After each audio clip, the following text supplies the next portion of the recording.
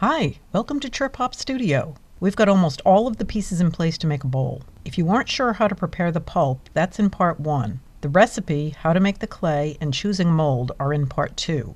This is really it. We'll get a bowl out of this yet. Once you've chosen your mold, it's time to protect it so that you're able to get the dried clay away from the mold when it's ready. Some people use oils or something greasy as a release to keep the paper from sticking to the mold. But I worry about what that does to the paper since it's so absorbent. Even with the joint compound and glue in this formula, something oily in the final dry bowl might resist the finish you want to put on it. So I just stick with the plastic wrap. You can see that this bowl is already covered. Sometimes you can reuse the covering if the bowl just comes right off when it's dry. The wrap can be left pretty intact, but it does have limited life. Especially if a bowl is trickier to get off, the wrap tends to tear. This one is pretty wrinkled. You can leave it as is or try to smooth it out as much as possible. How much you can smooth it depends on the shape or the quality of your bowl and the quality of the wrap, or how many times you've used it. What I try to do is pull tightly all the way around. This bowl is very cheap and wobbly, so it's difficult to get it to cling. You just try to get it placed around the bowl fairly evenly. If this will have texture, I may as well make it look like I meant for it to be there. The tighter you pull it, the fewer wrinkles you usually get. Then you can smooth it a lot just by pressing down the sides. It may also pull away from places like the foot, losing some of the detail. Here it's making a smooth area rather than much of a foot, so that's something to consider and work around. You could make a thicker foot so you can sand away some later. You could also try forming a more obvious foot from a separate piece of clay or add it after the bowl is dry in the patching phase. Another possibility for smoothing the wrap is to take a pair of scissors and cut into the plastic like you would with curves in sewing, upholstery, or anywhere else where you need to fit something around a curve. Lay one side flat and overlap the other, and that helps adjust for some of the excess. You can do that several times around the bowl. It takes a little fussing, but it really cuts down on the sanding later. That's as good as it'll get for me right now. We'll see how it comes out. This is what the inside looks like. Now that you've got that in place, you just find your wet tuna salad and you start globbing it on and spreading it around. One of the challenges of applying this, that takes a while to get a feel for, is that it's tough to gauge how thick the layer is. Even though you'd think I should be able to look at this and figure it out.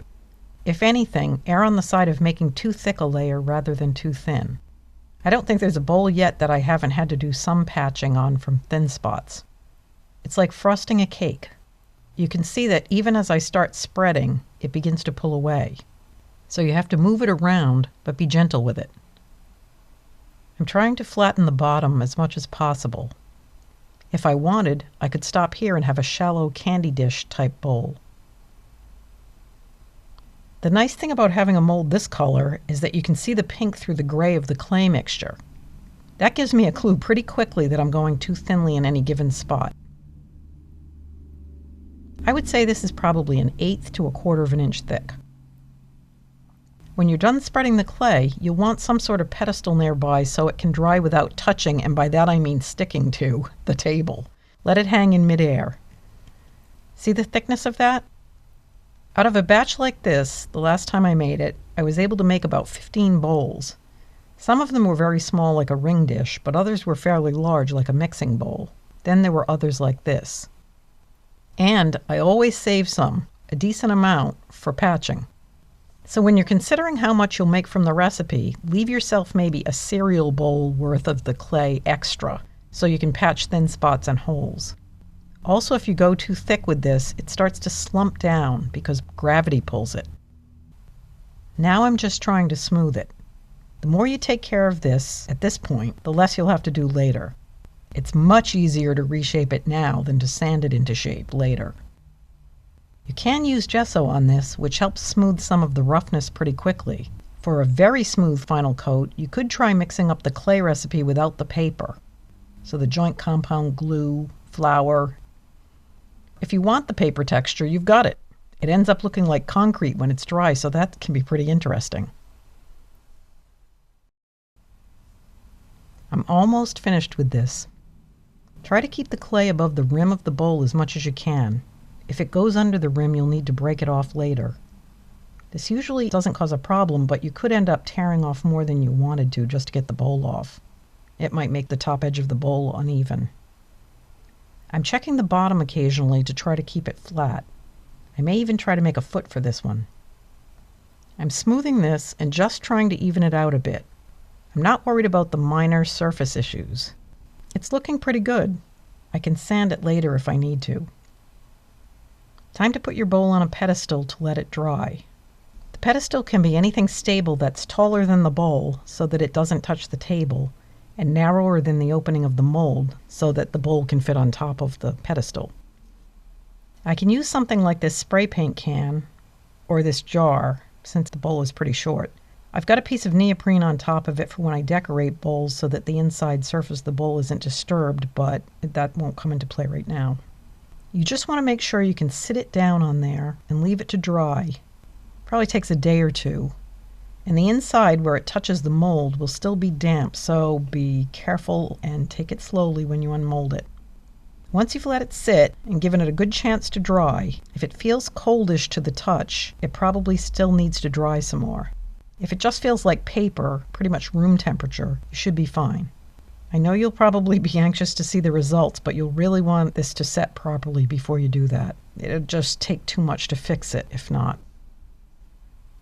You can see that I could make at least another 3 good-sized thick bowls with what I have and still have plenty left to patch with later. You'll always walk that line between thin walls with pinholes and weak spots and having it slump down from being too thick. If you find yourself with too thin a layer, you can always come back after it's dry and add more to the layer. That second layer also dries faster since some of the moisture gets wicked away by the paper of the first layer.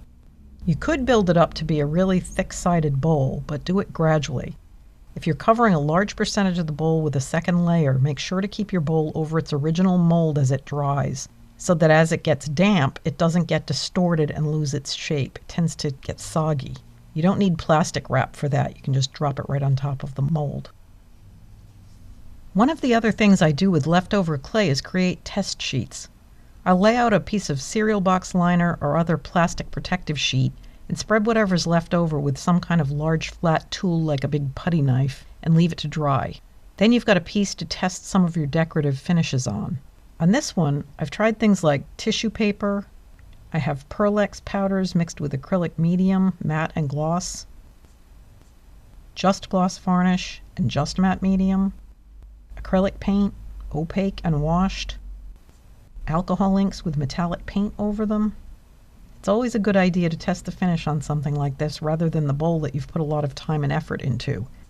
If something goes wrong, you haven't lost your bowl. Once it's dry, just take the bowl off the mold. Sometimes it comes off very easily, depending on how flexible the mold is and the shape of it. If it flares out like this, it should be easier. If any of the clay has dried under the rim, carefully pick it away first. Pliers can give you more control, so you won't get an uneven edge. If you have trouble loosening the bowl, try sliding something thin and flat, like a palette knife or an old butter knife, between the mold and the plastic, and gently work your way around the rim.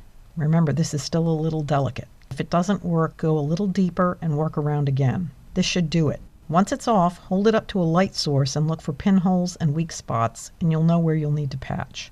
So that's the basic process, and it takes longer to explain than it does to actually do it. Now it's your turn.